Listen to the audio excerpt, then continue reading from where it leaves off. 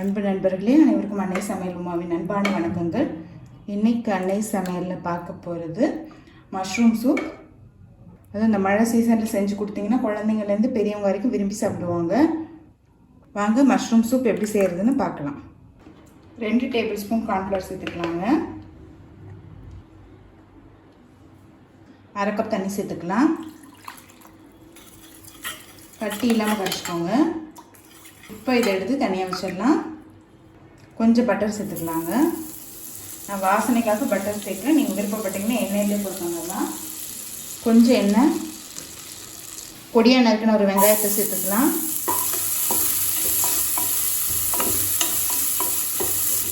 வெங்காயத்தை லேசாக பச்சை வாசனை போக வதக்கினா போதுங்க.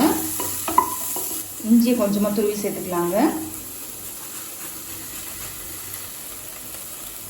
பொடியாக நறுக்குன்னா 4 பல் பூண்டு,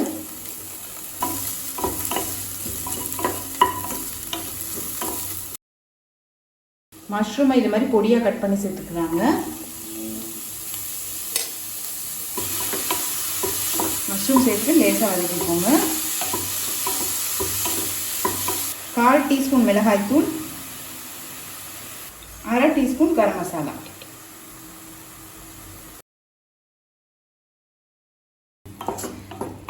இது ரோட்டுக்கடை ஸ்டைல்னால நான் மிளகாத்தூளையும் கரம் மசாலாவும் சேர்க்குறேங்க. நீங்கள் விருப்பப்பட்டால் சேர்த்துக்கலாம். பாருங்க, மஷ்ரூம்லேருந்து நல்லா தண்ணி விட்டுருக்கு. இப்போ இது கூடவே 3 கப் தண்ணி சேர்த்துக்கலாங்க.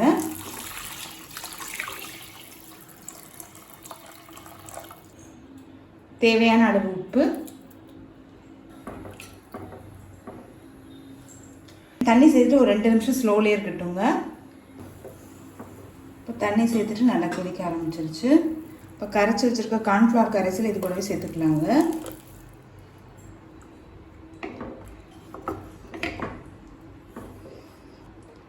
இப்போ கார்ன்ஃப்ளவர் கரைசல் சேர்த்துட்டு 1 நிமிஷம் ஸ்லோலே இருந்தால் போதும். கார்ன்ஃப்ளவர் சேர்த்துட்டு பாருங்கள், சூப் நல்லாவே திக்காக இருக்குது, உங்களுக்கு பார்க்கும் போதே தெரியும். இப்போ 1 டீஸ்பூன் மிளகுத்தூள் சேர்த்துக்கலாங்க.